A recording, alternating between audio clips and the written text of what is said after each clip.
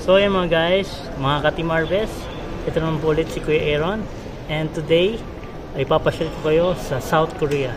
And today, nandito tayo sa Incheon International Airport. So sit back, watch and enjoy. Diyan lang kayo.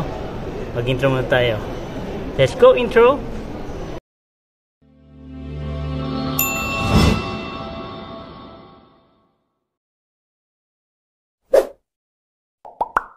So ayan mga ka-Team Harvest, nandito naman po ulit si Kuya Aaron. I just want to share yung aking trip dito sa South Korea. And now, nandito tayo sa Incheon International Airport. Medyo hinihingal ako kasi medyo malayo-layo yung ating linakad, no?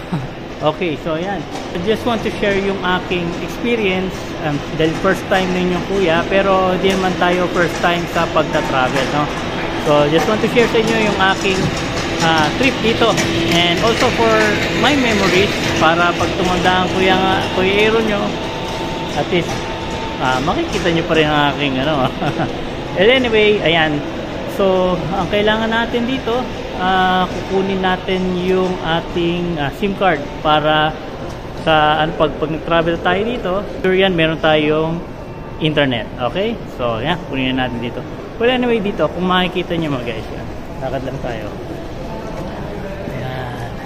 Saan nyo kukunin yung inyong SIM card? Ayan, nandito. Ayan, SIM card. Ayan, dyan nyo kukunin, no? So, yung area na yan, no? Pwede kayong mag-order ng SIM card sa Klook. Ayan, marami pa. Pero sa Klook ako nag-book nung SIM card, no?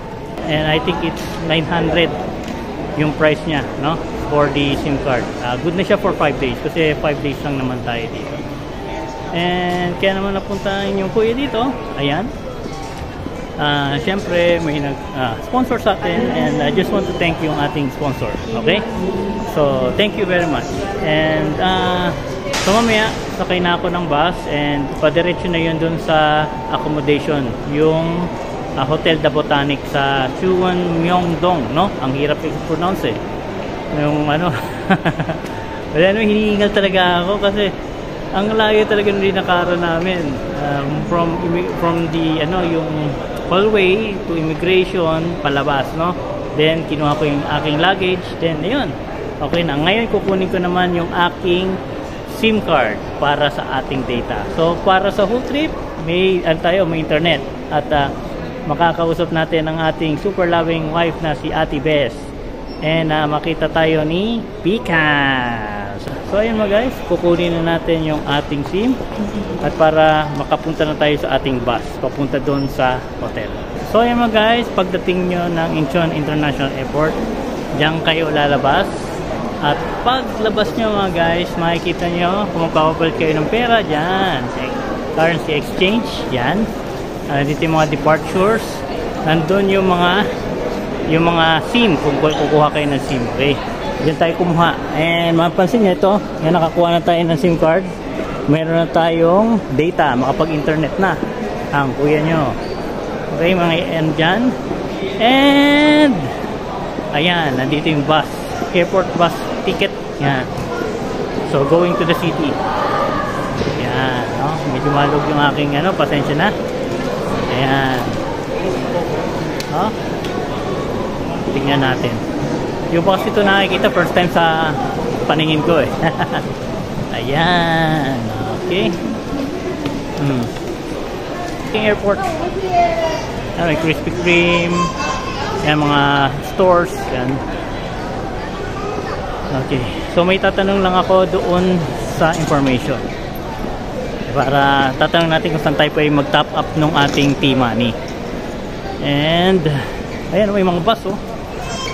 Ayan, siguro hindi pa natin nasubukan sumakay dyan, pero susubukan natin yan, no? Yan.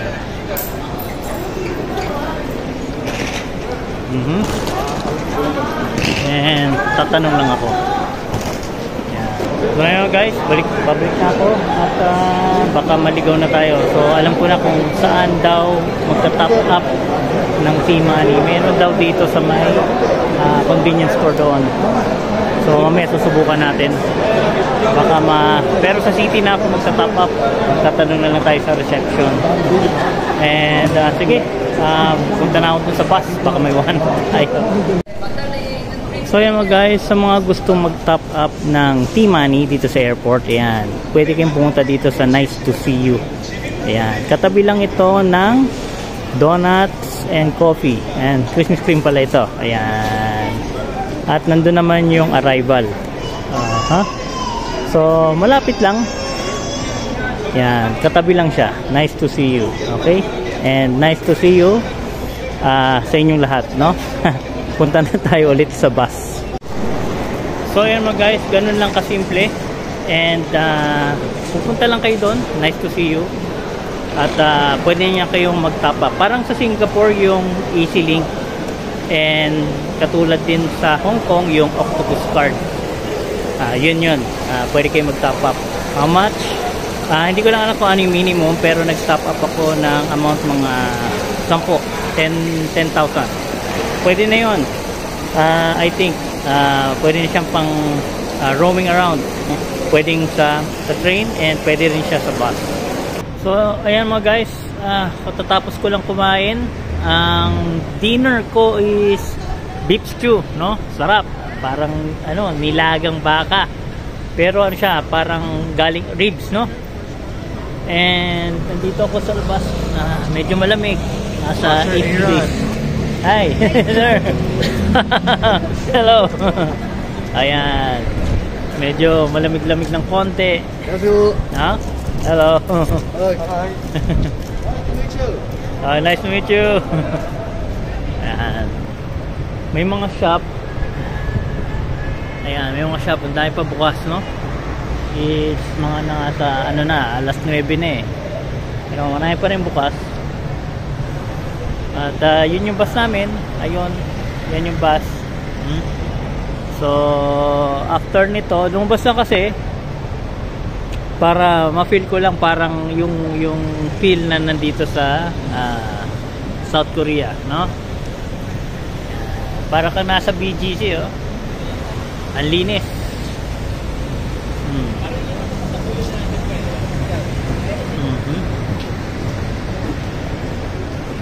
Lakad lang tayong konti.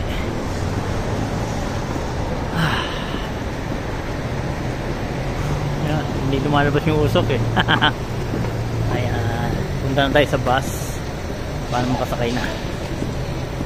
So yun mga guys, nandito na tayo in front of the building yan, no? Hotel The Botanic, no?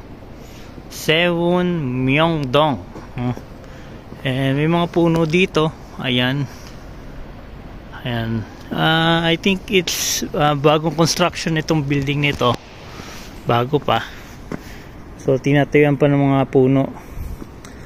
I think The Botanic kasi may mga gardens sila dito, no?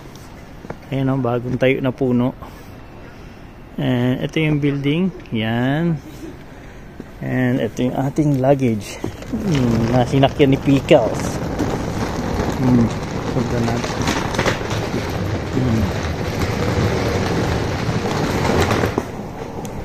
Yan. Okay. Open sesame. Open sesame. Yan. Okay. So, building B tayo. May A&B kasi ito eh. So, nasa building B tayo. Yan. So, yan. Tingnan natin itong directory. B3 to B5, parking lot. B2, ayan. Yung 2, yung welcome lunch. Yung reception. Then 3 to 20 yung guest rooms, 21 yung rooftop garden. Tignan natin mamaya ito. Ayan mga guys, dito tayo sa elevator. Ayan, so meron siyang scan card. So hindi ka makakaakyat hanggat di mo na scan yan. Kailangan mo i-scan yung room card key mo. So kailangan mo siyang i-scan bago ka makapindot. Pero yung pababa, sa tingin ko, kahit hindi na pwede ka nang bumaba. Yung packet lang. So, ganyan ka-safe dito.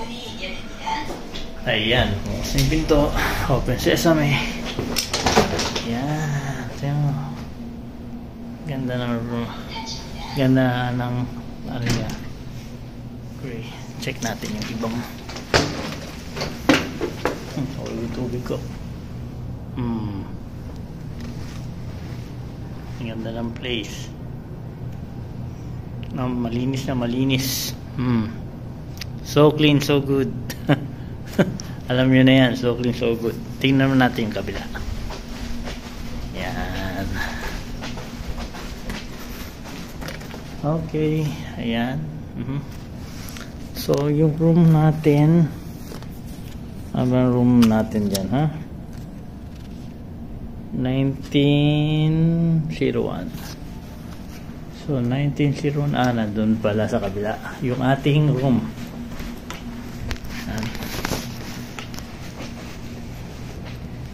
Ayan, nasa ayan ay 1901. Nasa pinakataas tayo. Maganda yan sa umaga. Okay, open sesame. Ayan, so ayan mga guys, pakita ko lang sa inyo yung aming room. Ayan, yung partner ko, kaka-roommate. Hello. Hello, ayan. So pakita ko lang sa inyo yung room. Napakaganda. As in talagang parang 5-star itong ano napuntahan ko. Ang ganda nung kwarto. And ang dami niya mga features na magugulat kayo. Okay? Papakita natin. So ayan, ito yung pinto. Imbes na ito yung handle, gumagalaw to, naitutulak siya. Ayan, yan yung labas. Ito yung loob. Okay? Meron siyang washing machine. May dryer na rin yan. And this is yung toilet, yung CR. Yan, hot and cold, no? Ito yung shower. Pati yung exhaust niya may UV light, no? Yan, ito yung CR. Okay. Check natin ito. Ito yung safe box. Sa fire safety. Andito yung fire extinguisher. Meron din na flashlight just in case, no? Okay. May washing machine. And may lutuan pa. Induction cooker. Ayan. May saksa, pwede yung mag-charge. And yung kitchen sink. Yan. Mga cabinet pa. Yan. And ayan yung bed.